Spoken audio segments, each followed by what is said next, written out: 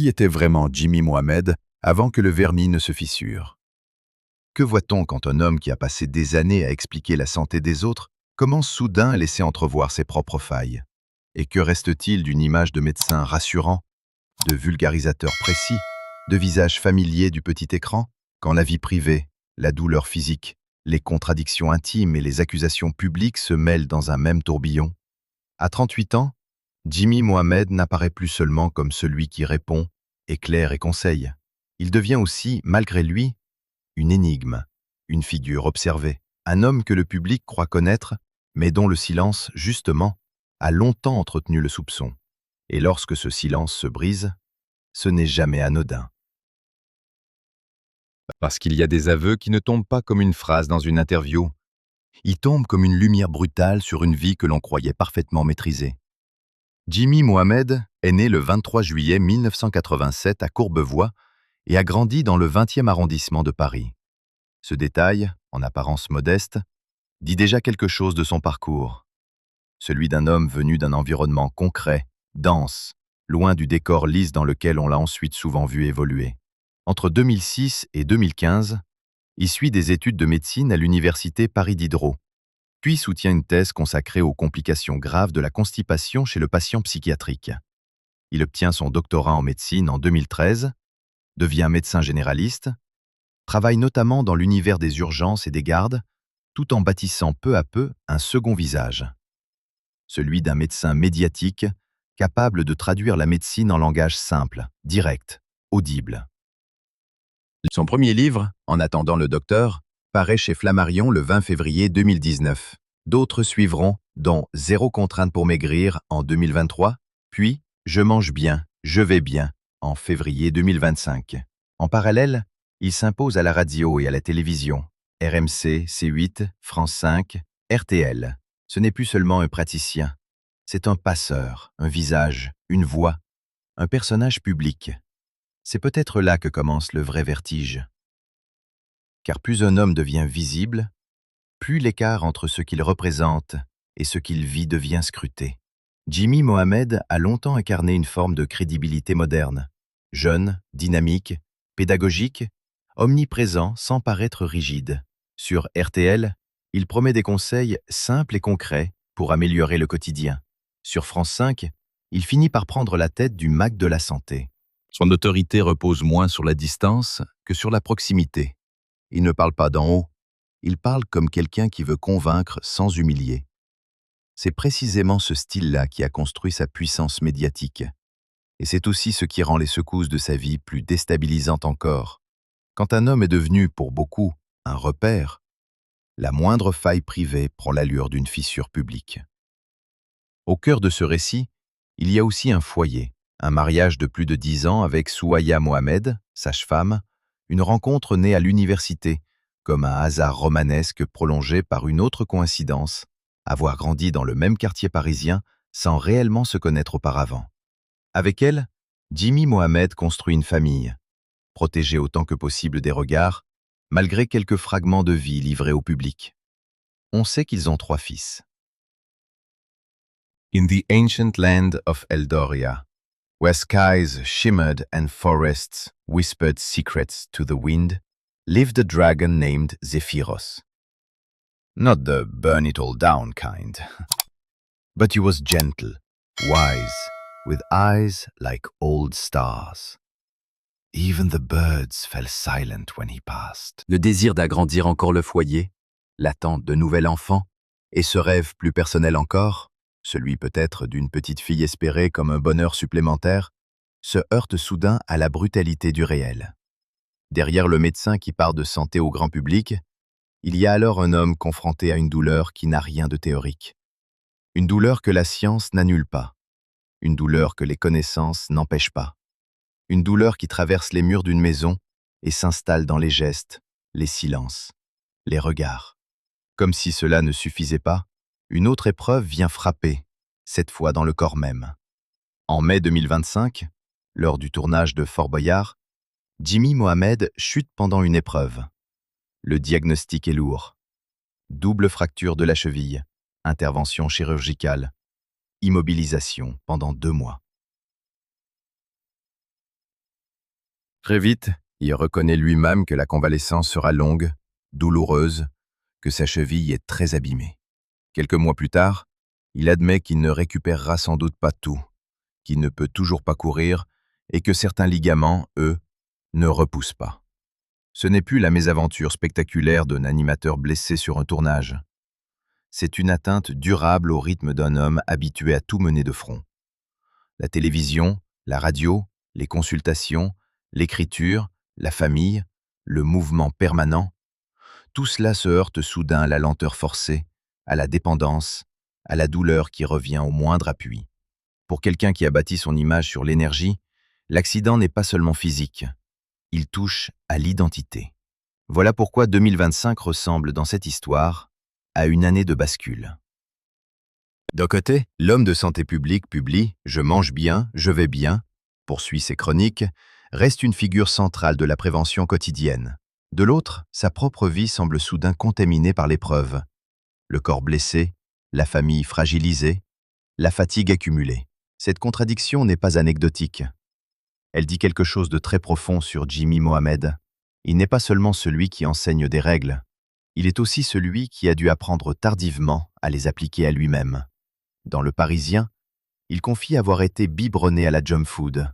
Il a lui-même raconté combien sa relation à l'alimentation avait longtemps été mauvaise, confuse, façonnée par des habitudes peu saines, avant de faire de la nutrition un axe central de son travail.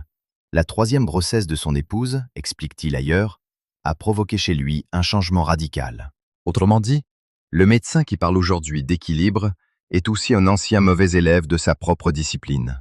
Et c'est précisément ce paradoxe qui rend son parcours plus crédible ou plus troublant selon l'angle choisi. Car il y a toujours eu, autour de Jimmy Mohamed, cette tension entre sincérité et exposition. Il n'est pas devenu célèbre en promettant des miracles, mais en simplifiant le vrai. Pourtant, plus la machine médiatique grossissait, plus une question revenait. Peut-on rester médecin quand on devient omniprésent ? Peut-on conserver la même exigence quand on passe d'un cabinet, d'une garde, d'une chronique santé, à un système télévisuel où l'on attend de vous un avis rapide, permanent, sur tout? En septembre 2025, Jimmy Mohamed explique clairement pourquoi il a quitté les grandes gueules. Il dit ne pas avoir de légitimité pour parler d'économie ou de société comme expert et refuse cette logique où certains commandent tout sans vraie compétence. Cette phrase est essentielle, parce qu'elle sonne comme un refus du personnage total, comme une manière de dire « je préfère perdre une tribune que perdre ma justesse ».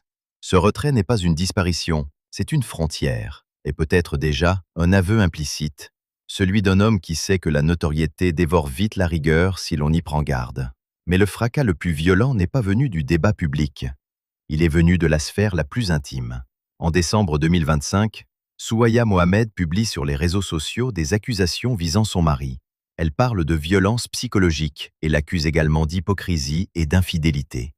Ces accusations, relayées notamment par Le Point et d'autres médias, font immédiatement basculer le nom de Jimmy Mohamed dans une autre catégorie de visibilité, celle où l'on ne commande plus une chronique santé, mais une crise conjugale explosive. Il faut être rigoureux ici. Il s'agit d'accusations publiques, pas de faits judiciairement établis à ma connaissance dans les sources consultées. Mais il serait tout aussi faux de minimiser leur effet, parce qu'une fois ces mots prononcés, l'image ne redevient jamais intacte. Un médecin médiatique peut survivre à une erreur de plateau. Il survit beaucoup plus difficilement à la suspicion morale qui s'installe dans l'opinion, surtout quand elle surgit depuis le cœur même du couple. C'est là que le titre prend tout son sens. À 38 ans, Jimmy Mohamed brise le silence et avoue ce que nous soupçonnions. Mais que soupçonnait-on exactement? Non pas forcément un scandale précis. Plutôt quelque chose de plus vaste, de plus humain, de plus dérangeant. Qu'aucune vitrine médiatique n'est assez solide pour abolir les contradictions. Qu'un homme qui soigne peut blesser, qu'un homme qui prévient peut se négliger, qu'un homme qui parle bien peut longtemps se taire là où cela brûle vraiment. Et qu'au fond, derrière le médecin, derrière l'animateur, derrière l'auteur de livres de santé, il y a un être traversé par les mêmes failles que ceux à qui il s'adresse. Ce soupçon n'est pas seulement celui du public friand de révélations, c'est le soupçon universel que nous portons sur toutes les figures trop maîtrisées. Un jour ou l'autre, la vie réelle réclame son dû. Dans cette histoire, le silence n'est donc pas seulement l'absence de parole, c'est une stratégie de survie, un rempart, un délai.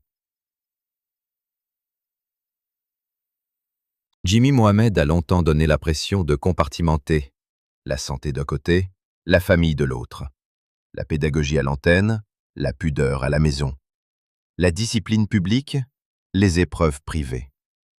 Mais l'année 2025 semble avoir fait sauter les cloisons. La grossesse interrompue a introduit la douleur dans la narration familiale.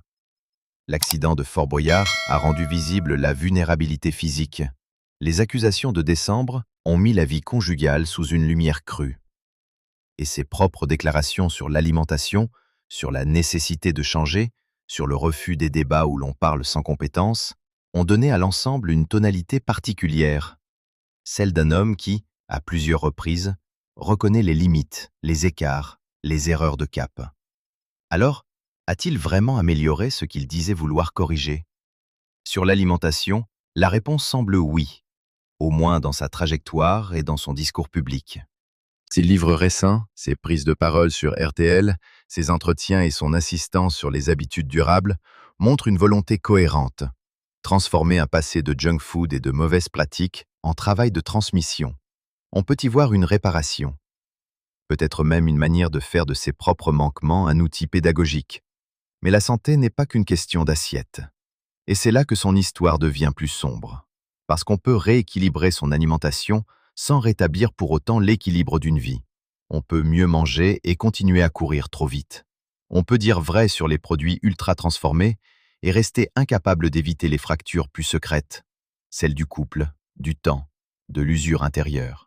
Il faut aussi regarder ce que cette période révèle de son rapport à la masculinité, au rôle de père, au désir, à la réussite.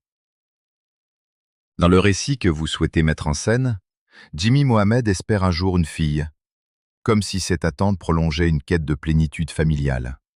Ce désir, quel qu'en soit le degré d'intimité, éclaire un autre versant du personnage, celui d'un homme qui n'est pas simplement lancé dans une carrière, mais dans une forme de récit domestique idéal. 3 garçons, une épouse sage-femme, un foyer construit depuis la jeunesse, l'espoir d'un autre enfant, peut-être d'une fille. Il y a là une image de bonheur complet. Or, c'est précisément ce type d'image qui devient insupportablement fragile lorsqu'un drame survient, lorsqu'une grossesse s'interrompt, lorsqu'un couple vacille, lorsqu'un corps casse. Le bonheur rêvé ne disparaît pas d'un coup. Il se fissure par endroits, jusqu'à devenir presque méconnaissable. Et c'est peut-être pour cela que Jimmy Mohamed fascine autant dans La Tempête. Parce qu'il condense plusieurs mythologies françaises contemporaines en une seule silhouette, celle du médecin médiatique, du père moderne, de l'homme issu d'un parcours méritocratique, du vulgarisateur bienveillant, du professionnel qui veut rester légitime, du blessé qui continue, du mari désormais exposé à des accusations qui changent tout. Trop de couches, trop de tensions, trop de promesses contenues dans un seul visage pour que l'histoire ne devienne pas explosive au premier choc. Lorsqu'un personnage public concentre à ce point l'autorité, la proximité et l'exemplarité supposées, la moindre secousse personnelle devient une affaire collective. Ce n'est pas toujours juste. Mais c'est ainsi que fonctionne la célébrité. Elle transforme l'intime en récit national miniature. Reste alors la question la plus troublante. Qu'a-t-il vraiment admis? Peut-être pas une formule simple, peut-être pas une confession spectaculaire, peut-être plutôt une vérité plus diffuse, plus adulte, plus cruelle, celle d'un homme qui ne peut plus prétendre que tout est sous contrôle. Un homme blessé, au sens propre. Un homme discuté, au sens public. Un homme contredit par le réel, au moment même où il enseignait comment mieux vivre. Dans ce cadre, briser le silence signifie moins révéler un secret unique que laisser apparaître une cohérence cachée. Oui, Jimmy Mohamed est un professionnel reconnu. Oui, il a construit une œuvre de transmission autour de la santé. Oui, il semble avoir sincèrement changé son rapport à l'alimentation et refusé certaines dérives du commentaire médiatique. Mais oui aussi, sa vie récente rappelle brutalement qu'aucune compétence, aucune pédagogie, Aucune notoriété ne protège de l'épreuve, ni du soupçon, ni de la chute. Au fond, cette histoire n'est pas seulement celle de Jimmy Mohamed. C'est celle de notre besoin de croire que ceux qui nous conseillent savent toujours mieux vivre que nous. Or, la réalité est plus rude. Le médecin peut être épuisé, le pédagogue peut être débordé, le mari exemplaire peut être contesté, le corps sportif peut devenir un corps empêché, et la maison que l'on croyait stable peut soudain résonner d'une douleur qu'aucun plateau télé ne peut contenir. Voilà pourquoi ce récit, s'il est bien mené, touche autant. Non parce qu'il dévoile simplement un homme connu, mais parce qu'il dévoile la fragilité d'un mythe moderne, celui de l'expert irréprochable. Jimmy Mohamed, à 38 ans, n'est plus seulement l'homme qui explique. Il est aussi désormais l'homme dont la propre vie oblige à poser des questions. Des questions sur la vérité, sur l'image, sur la réparation, sur ce qu'il reste quand la compétence ne suffit plus à faire taire le chaos. Et c'est peut-être là, dans cette zone grise entre le prestige et la fragilité, entre l'autorité et la blessure, entre la parole publique et les silences privés, que se trouve la vraie confession. Pas une phrase prononcée face caméra, pas un slogan, pas une chute destinée au réseau, mais une évidence désormais impossible à masquer. Derrière le docteur, il y a un homme. Et derrière l'homme, il y a une bataille dont personne, même à l'écran, ne sort totalement intact. Et pourtant, ce qui rend cette trajectoire encore plus vertigineuse, ce n'est pas seulement l'accumulation des épreuves, mais la manière dont elles semblent toutes renvoyer Jimmy Mohamed à une même question, presque implacable. Que vaut une parole publique lorsqu'elle est soudain rattrapée par les failles du privé? Pendant des années, il a parlé d'équilibre, de prévention, de vigilance, de bon sens. Il a appris aux autres à écouter les signaux du corps, à repérer les dérives invisibles, à corriger les habitudes qui finissent par abîmer une existence. Mais lorsque la douleur entre dans votre propre maison, lorsque la fatigue n'est plus un concept, mais une présence, lorsque la tension intime déborde jusque sur la place publique, alors les mots changent de poids. Ils ne sont plus seulement des conseils, ils deviennent des preuves qu'il faut être capable d'habiter. C'est peut-être là que se cache la partie la plus tragique de cette histoire. Car dans le regard du public, un médecin médiatique n'a pas le droit à l'ordinaire faiblesse. On attend de lui une cohérence presque surhumaine, qu'il soit solide, qu'il soit mesuré, qu'il soit irréprochable, qu'il sache tenir sa maison avec la même précision qu'il explique une analyse sanguine ou un sommeil dégradé. Mais la vie ne respecte jamais ce genre de scénario. Elle fracasse les personnages trop bien dessinés. Elle les oblige à descendre de leur piédestal, parfois brutalement, parfois injustement, mais toujours irréversiblement. Chez Jimmy Mohamed, cette chute symbolique ne ressemble pas à une disparition. Elle ressemble plutôt à une métamorphose forcée. Après l'accident de Fort Boyard, il n'est plus simplement l'homme pressé, mobile, disponible, omniprésent. Il devient celui qui découvre le temps long, la rééducation, la frustration, l'impuissance. Après le drame vécu par son épouse au début de 2025, il n'est plus seulement le père de 3 garçons, le mari installé dans une vie familiale stable. Il devient aussi un homme traversé par un deuil discret, par une absence qui ne se photographie pas, par un manque que même les mots les plus précis ne savent pas combler. Et après les accusations publiques de la fin de l'année, il n'est plus seulement un visage de confiance. Il devient un nom autour duquel flottent des interrogations, des soupçons, une gêne, une fracture dans la perception collective. C'est cela qui donne à son histoire une dimension presque cinématographique. Tout y est. L'ascension, la crédibilité, la discipline, la famille, la réussite, puis la secousse, la blessure, le silence. La parole qui revient trop tard ou trop peu. Et enfin ce moment suspendu où plus personne ne sait vraiment s'il regarde encore un médecin, une célébrité, un mari contesté, ou simplement un homme en train de lutter pour ne pas être englouti par ce qui le dépasse. Dans cette confusion, Jimmy Mohamed ne renvoie plus l'image d'une certitude. Il renvoie celle d'un combat.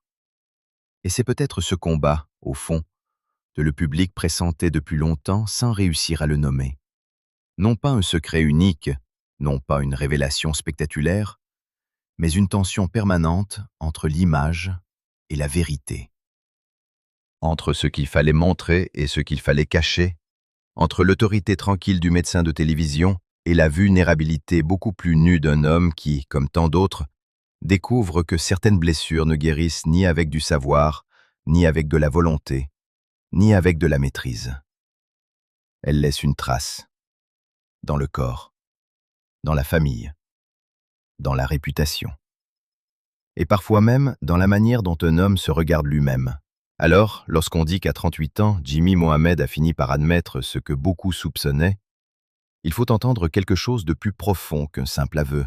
Il a peut-être admis au fond qu'il n'était pas invincible, qu'il ne pouvait plus tout contenir, qu'il ne pouvait plus être seulement celui qui explique la vie des autres sans être rattrapé par la sienne. Et dans cette reconnaissance, si douloureuse soit-elle, se trouve peut-être la seule vérité qui compte encore, celle d'un homme tombé du rôle qu'on lui avait assigné et obligé enfin d'apparaître sans armure.